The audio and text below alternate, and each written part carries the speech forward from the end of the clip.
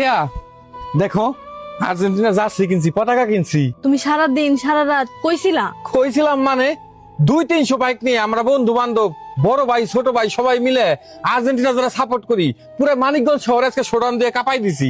ব্রাজিলের সমর্থকরা তো সব হা করে তাকাইছিল, না দেখলে বিশ্বাসই করতে পারবো না কত বড় শোডাউন ছিল আর কত মজা করে সারাদিন করছি। সেই কালকে বাড়ি থেকে বের হইছো আর আজকে আসলা, সারা রাত কইছিলা? সারাদিন তো শোডাউন করলাম আর রাতে খেলা দেখতে দেখতে সকাল হয়ে গেল। ভালোই লাগতেছে না? কোনো সময় ফোন দিয়ে খবর নিছো আমাদের, আমরা কি খাইছি কি না খাইছি? ঘরে তো কোনো বাজার করে দিয়ে যাও নাই, ঘরে কোনো খাবারও নাই। আচ্ছা সত্যি করে একটা কথা বলো তো, এই জার্সি আর পতাকা কয় টাকা দিয়ে কিনছো? জার্সি নিচে 600 টাকা আর এই পতাকাটা নিচে 300 টাকা। 600 আর 300 মোট 900 টাকা। সারাদিন তার না খাইছিল না, কিছু না কিছু তো খাইছো, বন্ধু বান্ধব ভাই ব্রাদারের সাথে ছিলা, পকেটে 2-1 পয়সা তো টাকা খরচ হইছে। তাই সারাদিন কত টাকা খরচ করছো? সারাদিন কি করছি না করছি সবকিছু মনে হয় তোমার কাছে কৈফিয়ত দিতে হবে। আমারে কৈফিয়ত দিবা কেন? আমি তো পরের বাড়ির মেয়ে, আমার কথা চিন্তা করলে করবা, না করলে না। ঘরের ভিতর যে একজন অসুস্থ মানুষ আছে, তোমার তো সে বাপ। হ্যাঁ, আজ 8-10 দিন ধরে সে অসুস্থ, না আছে কোনো ওষুধ, না আছে ঘরে কোনো খাবার। তোমার কি তার কথা একবারও খেয়াল আছে?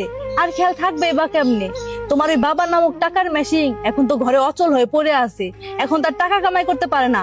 যদি টাকা কামাই করতে পারতো তাহলে ঠিকই তার কদর করতা। যদি ধন সম্পদে ভরা থাকতো, তোমাদের দিয়ে যেতে পারতো, তাহলে 2 বেলা করে তাহলে তুমি খবর নিতা। যে বাপ নিজে না খায়া তোমারে খাওয়াইছে, যে বাপ নিজে ছেঁড়া জামা পইরা তোমারে ভালো ভালো ড্রেস কিনা দিছে, তোমার জন্য এই লোকটা সারাটা জীবন পরিশ্রম করতে করতে আজ সে বিছানায় পড়ে আছে, আর তুমি তার খোঁজ খবর না নেয়া, তার ওষুধ না কিনে দেয়া এই আর্জেন্টিনা ব্রাজিলের জার্সি নিয়ে পড়ে আসো। ছি, লজ্জা করে না তোমার? বাবা হলো বট গাছের মতন, যা শেষ বয়সে ফল না দিতে পারলেও আমাদেরকে ছায়া দিয়ে বাঁচিয়ে রাখে।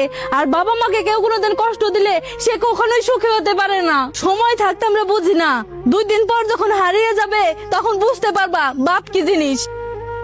এই ভিডিওর মতো অনেক পরিবার আছে যারা নিজের সংসার মা বাবার খোঁজ নেয় না, অথচ বিশ্বকাপ এলে 2 হাতে টাকা উড়িয়ে বেড়ায়। মা বাবা থাকতে আমরা তাদের মূল্য বুঝি না, যখন হারিয়ে যায় তখন ঠিকই কাঁদি।